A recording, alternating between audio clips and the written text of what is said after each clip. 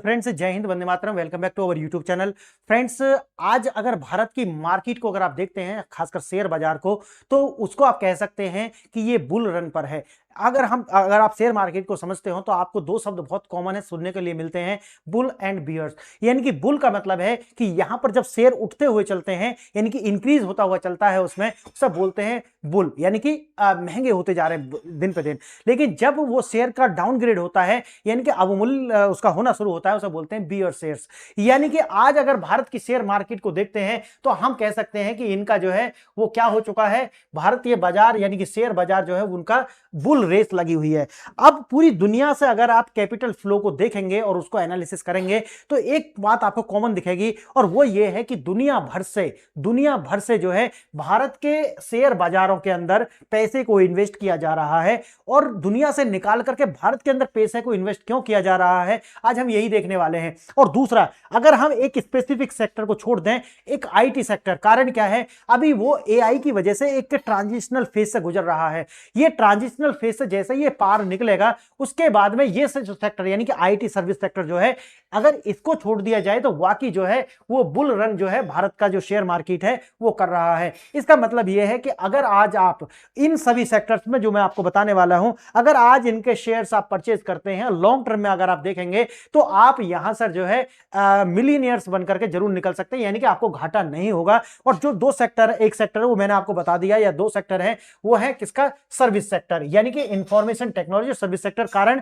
AI है इसका। आगे देखेंगे इसमें, देखिए आज का हमारा उद्देश्य ये मैं बताऊंगा आपको कि वैश्विक निवेश जो है वो ये दिखाता है कि आज भारत का जो शेयर मार्केट है वो उसके अंदर पूरी दुनिया से जो कैपिटल फ्लो है ये इसकी ओर दिख रहा है। और इसके कारण क्या है देखेंगे इसको। देखिए, वैश्विक हेज फंड्स जो हैं और पेंशन फंड्स, ये सारे के सारे भारत की ओर भाग रहे हैं। उसका कारण है भारत के अंदर लगभग 7.2% से हमारा जो जीडीपी ग्रोथ है वो हो रहा है, लेकिन असलियत में ये 8% के आसपास है।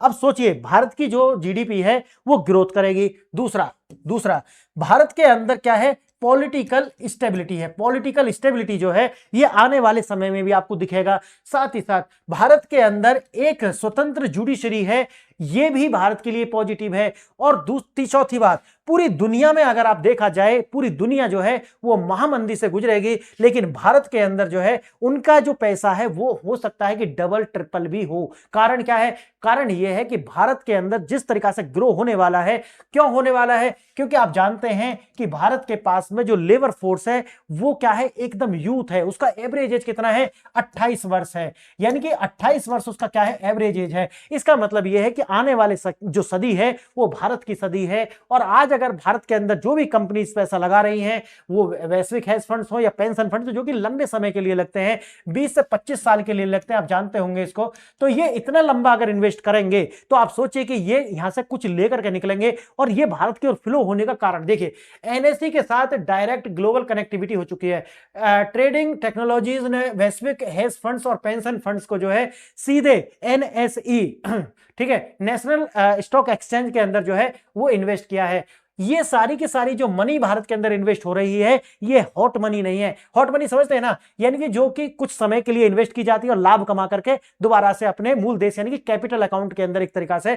लेकिन ये क्या है, ये आने वाले यानी कि एक तरीका से ये जो है ये कैपिटल अकाउंट के अंदर लगाई जा रही है, ना कि करंट अकाउंट के अंदर। इसका मतलब है कि कैपिटल अकाउंट के अंदर अगर ये लगाई जाएगी तो ये 20 से 30 वर्ष के लिए लगाई जाएगी। इसका मतलब यह है कि ये भारत का इंफ्रास्ट्रक्चर जो है उसको क्रिएट करने में मदद करेगी और फिर पैसे से पैसा बनेगा जिसका लाभ ये कमाने वाले हैं। तीसरा, डॉलर के विकल्प की तलाश। अब ये है कि जैसे मैंने कई सारी वीडियोस में बताया है कि आने वाले समय में आप डॉलर को डूबता हुआ देखेंगे और डी डॉलराइजेशन जो है वो स्वयं अमेरिका की देन है। अमेरिका जो है अगर अपने देश को आगे बढ़ाना चाहता है, आप जानते होंगे कि अमेरिका का जो टोटल ट्रेड डेफिसिट है, ट्रेड डेफिसिट अमेरिका का लगभग 901 या 2 बिलियन के करीब है। 901 या 902 बिलियन, यानी कि सोचिए 901 से 902 बिलियन के करीब है। और आप जानते होंगे कि अमेरिका का जो डेट टू जीडीपी रेशो है, यानी कि डेट टू जीडीपी रेशो जो है वो लगभग 124% यानी कि 124% के करीब है। आगे और देखेंगे, लगभग अमेरिका के ऊपर आप देखेंगे कि 38 ट्रिलियन डॉलर का क्या है, ये डेट है। आप ये भी देखेंगे कि लगभग 8 बिलियन डॉलर जो है डेली जो है अमेरिका क्या करता है, प्रिंट करता है और ये जोड़ता है अपने कर्ज के अंदर। और अगर वर्ष का आप निकालेंगे इसका एक वर्ष का, तो लगभग 1.2 ट्रिलियन डॉलर ये उनके घाटे यानी कि उनके कर्ज के अंदर इतना ऐड हो जाता है। इसका मतलब है कि एक बहुत बड़ा क्या है, एक बबल क्रिएट हो रहा है। और ये बबल जिस दिन बस्ट करेगा ना, उस दिन पूरी दुनिया जो है एक महामंदी से गुजरने वाली है। अच्छा, आप ये जानते होंगे कि ये सारी की सारी जो बातें हैं हमारे पास में तो सेकेंडरी या टर्सरी इंफॉर्मेशन होती है। जिन लोगों की जो इतनी बड़ी बड़ी कंपनी चलाते हैं उनके पास प्राइमरी इंफॉर्मेशन होती है, और ये जो भनक है ये उनको लग चुकी है, यानी कि इस बात का संदेह उन्हें पहुंच चुका है। और 2029 तक मैंने इसके लिए कम से कम 30 वीडियो बना चुका हूं कि 2029 तक ये महामंदी आएगी। यानी कि अमेरिका के पास में एक से दो विकल्प बचते हैं। एक तो क्या है, एक तो यह है कि अमेरिका अपने आप को दिवालिया घोषित कर दे, यानी कि डिफॉल्टर घोषित कर दे। अब डिफॉल्टर तो वो करेगा नहीं अपने आप को घोषित, तो दूसरा तरीका क्या है, दूसरा तरीका है कि डॉलर का क्या करे, डिवेल्युएशन करे। और दोनों ही स्थिति में आपकी जेब कटने वाली है, यानी कि पूरी दुनिया की जेब कटेगी। और ये जो जेब कटेगी वो पहुंचेगा कहां पर, अमेरिका के ये जो डेफिसिट है इसको खत्म करेगा, यानी कि ये जो कर्ज है इसको खत्म करेगा। लेकिन इसको पहले ही भांप लिया है दुनिया ने, और उन्होंने क्या किया है कि अमेरिका के जो ट्रेजरी बॉन्ड्स और जिस तरह के बहुत सारे जो पेपर मनी है उसमें से पैसे को हटा करके उन्होंने क्या किया है, भारत जैसी तेजी से बढ़ती अर्थव्यवस्थाओं के अंदर निवेश करना शुरू कर दिया है। और अपने जो फंड है वो 20 से 30 साल के लिए भारत में सुरक्षित कर दिए हैं कि भाई घाटा तो नहीं होगा। क्यों? क्योंकि भारत पूरी दुनिया में तेजी से बढ़ती हुई अर्थव्यवस्था है। क्योंकि भारत के अंदर, जैसे कि आपको मैंने कितनी सारी वीडियोस में बताया है कि 2029 तक भारत 2029 तक 100 बिलियन, लगभग कितना, 100 बिलियन यानी 100 करोड़ लोग ऐसे होंगे, 100 करोड़ लोग ऐसे होंगे कि जो मिडिल क्लास के अंदर आएंगे। अब सोचिए कि 100 करोड़ लोग अगर मिडिल क्लास के अंदर आएंगे तो उनकी परचेजिंग पावर कितनी होगी, और परचेजिंग पावर होगी, इसका मतलब क्या है कि जीडीपी ग्रोथ जो है वो बढ़ने वाली है। यानी कि प्रोडक्शन होगा, कंजप्शन होगा और जीडीपी बढ़ेगी। जीडीपी बढ़ेगी तो इसका मतलब यह है कि जो देश आज पैसा यहां लगा रहे हैं 20 साल 30 साल, किसके लिए लगा रहे हैं, वो कैपिटल यानी कि कैपिटल के अंदर पैसा लगा रहे हैं, यानी कि इंफ्रास्ट्रक्चर के अंदर पैसा लगा रहे हैं। और ये जो पैसा है उनका डबल या ट्रिपल होकर के मिलेगा। ये हमारी जीडीपी ग्रोथ के ऊपर डिपेंड करेगा।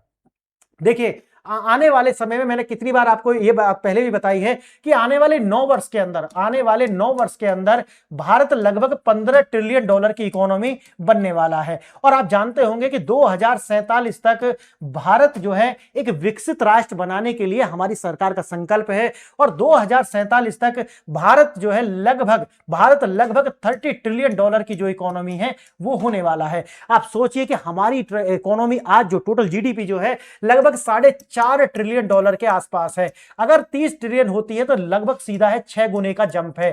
तो 6 गुने का जंप ये कब होगा, ये 2047 तक। अगर हम 15 ट्रिलियन का देखें तो लगभग 3 गुना जो है जंप होगा। और मैंने क्या बोला था आपको शुरू में, मैंने बोला था कि जो आज पैसे यहां लगा रहे हैं उनका पैसा डबल भी हो सकता है और ट्रिपल भी हो सकता है। तो ये जो पैसे इन्वेस्ट किए जा रहे हैं, जो हेज फंड इन्वेस्ट किए जा रहे हैं और जो अपने देश से यहां ला करके पेंशन फंड यहां इन्वेस्ट किए जा रहे हैं, वो वैसे ही नहीं किए जा रहे। उन लोगों ने आने वाले 50 साल 40 साल का जो विजन है वो तैयार कर लिया, इसीलिए किए जा रहे हैं। देखिए हम आगे बढ़े उससे पहले आपको 2 प्रश्न हैं, इन पर विचार कर लीजिए। अगर आप इनका आंसर जानते हैं तो वेल एंड गुड, अदरवाइज आपको लास्ट वाली स्लाइड पर इनके आंसर मिल लेंगे। देखिए हाल ही में किस वैश्विक फर्म ने एनएसई के साथ direct connectivity, structural capital, clear, क्योंकि कैपिटल अकाउंट में आया है। देखिए अब देखिए इसके अंदर होता क्या है कि ट्रेडिंग टेक्नोलॉजीज एनएसई दोनों साथ जोड़ करके इन्होंने डायरेक्ट एक्सेस किया है। याद आ गया, अब आपको आंसर भी मिल गया। आगे देखना, दुनिया की सबसे शक्तिशाली इंफ्रास्ट्रक्चर फर्म ट्रेडिंग टेक्नोलॉजीज ने एनएसई के साथ सीधे जो है कनेक्टिविटी शुरू की है। लंदन और न्यूयॉर्क के हेज फंड्स और सीधे मुंबई की ओर जो है कूच कर चुके हैं। मैंने बताया कि कैपिटल फ्लो जो है वो दिल्ली की ओर यानी कि अब भारत की ओर है। अब देखिए पुराना क्या था कि जैसे ही ये हेज फंड्स और पेंशन फंड भारत की ओर आते थे, अमेरिका इन पर रोक लगा देता था। क्या करता था, सैंक्शंस लगा देता था। लेकिन आज आप जानते हैं कि सैंक्शंस काम नहीं कर रहे हैं। और ऐसा मैं नहीं कह रहा हूं, आप पीटर नेवारो को देखिए या फिर अमेरिका के जो अधिकारी, उन्होंने ये बोला है कि अब अमेरिका के पास में वो ताकत नहीं बचेगी कि जो है सैंक्शंस तो लगाएंगे लेकिन उनको एग्जैक्टली या फिर सक्सेसफुली जो है वो एग्जीक्यूट कर पाए, ये ताकत नहीं है। अब हो क्या गया है, अब ये हो गया है कि डॉलर आधारित जो है जो बॉन्ड्स हैं वो महंगे हुए हैं और अब डॉलर का जो ट्रस्ट डेफिसिट है वो ज्यादा है, इसलिए डॉलर के अंदर जो है इन्वेस्ट नहीं किया जा रहा है, और यह भी पता है कि अमेरिका की जो अर्थव्यवस्था है वो क्या है, डाउन जा रही है, और उसकी जो वृद्धि है वो नकारात्मक होगी, तो पैसा जो आज लगाओगे वो कल कम होकर के मिलेगा, ज्यादा नहीं मिलेगा। और तीसरी सबसे बड़ी कहानी है कि अब ट्रस्ट डेफिसिट अमेरिका की सरकार पर है, और क्योंकि डॉलर जो है एक फिएट करेंसी है, इसलिए सरकारों पर विश्वास होना बहुत जरूरी है। अगर सरकार पर विश्वास नहीं है तो फिएट करेंसी का कोई मायने बचते नहीं है। आइए देखते हैं रियल टाइम कनेक्टिविटी, कोई सीलिंग या नहीं, सीधा सीधा निवेश होगा आपको अब इसमें। देखिए, ट्रंप के टैरिफ 10 से 50% टैरिफ की जो धमकियां थी, ग्लोबल मार्केट के अंदर एक डर का माहौल जो है इसने पैदा किया था। वॉशिंगटन एक ट्वीट से एसेट्स की जो फ्रीज कर सकता है, आप याद रखना कि लगभग $300 बिलियन जो है वो रूस के इन्होंने एक ट्वीट से जो है फ्रीज कर दिए थे, जिससे डॉलर में निवेश के लिए जो है लोगों को हतोत्साहित होना पड़ा था। राजनीतिक अस्थिरता, मिडिल ईस्ट के और यूरोप में युद्ध का जो खतरा है लगातार, आप जानते हैं कि आज ही अमेरिका और ईरान पर अमेरिका और इजराइल ने स्ट्राइक की है, और एक युद्ध में वो दोनों धकेल दिए गए हैं। देखो, इस तरीका की अगर ये सब सिचुएशन बनती है तो ये डॉलर में और अविश्वास पैदा करने वाली है। आगे देखना, ये भी है कि जो पेट्रो डॉलर है अब उसकी जो विदाई का समय आ चुका है, क्योंकि जैसे ही ओपेक की कंट्री से बाहर निकलेंगे डॉलर अपने आप कोलैप्स करने वाला है। देखिए, सऊदी अरब हो, यूएई हो, कतर हो, ये यूरोपीय पेंशन फंड्स सारे के सारे जो है नॉन डॉलर ट्रेड फ्रेमवर्क के अंदर आ चुके हैं, और भारत के अंदर अगर देखोगे तो 10 से 12% के जो रिटर्न है आगे मिलने वाले हैं। इसीलिए भारत के अंदर ये निवेश जो है किया जा रहा है। भारत लकी नहीं है, तैयार है। लकी क्यों नहीं है? देखिए, भारत के अंदर आप जानते हैं कि आने वाले समय में जिस तरीका की स्कीम भारत के अंदर है, उनके लिए हमको क्या चाहिए, बहुत ज्यादा इन्वेस्टमेंट चाहिए, और उसका जो रिटर्न है वो मिलेगा। मैंने आपको शुरू में डेटा दिया है, क्योंकि कंजप्शन है, कंजप्शन होना बहुत जरूरी है। देखिए, पूरी दुनिया के अंदर एक ऐसा समीकरण है भारत के पास में कि भारत के पास में कंजप्शन है। क्यों? कारण है यूथ है, यूथ, और मिडिल क्लास में 100 करोड़ लोग जो है वो होने वाले हैं 2029-30 तक। तो सोचिए, उड़े देश का आम नागरिक जैसी जो स्कीम है उनके लिए हमें क्या बनानी, एविएशन सेक्टर कितना आगे जाकर बूम करेगा। हमने देखा, आपको बताया कितना कि हमारे जो जेट्स फाइटर्स हैं हम अपने देश के अंदर बना रहे हैं, उनको लेकर के, और भारत जो है तमाम तरीका से जो है विकसित भारत की ओर आगे बढ़ रहा है। तो इसके लिए सारी कंडीशंस भारत के पास हैं जो पूरी दुनिया में कहीं नहीं मिलती। इसलिए जापान हो या फिर यूरोप के कंट्रीज हो या बड़ी बड़ी जो फर्म है वो भारत में निवेश करेंगी ही करेंगी, क्योंकि रिटर्न्स तो यहीं से मिलेंगे। आगे देखना, अब ये जो मनी आ रही है, मैंने बताया कि ये कोई हॉट मनी नहीं है, जैसे टूरिस्ट मनी कहते हैं कि लाभ के लिए भारत में जो है निवेश कर दिया, लाभ कमाया और निकल लिए, वो वाली नहीं है। ये कैपिटल इन्वेस्टमेंट है, इसको बोलते हैं स्ट्रक्चरल कैपिटल। यानी कि स्ट्रक्चर बनाए जाएंगे इससे, यानी कि रेल बनाए जाएंगे, रोड्स बनाए जाएंगे, और जो परमानेंट जो स्ट्रक्चर्स हैं उनका निर्माण किया जाएगा, बंदरगाहें बनाई जाएंगी, ये सब कुछ होगा।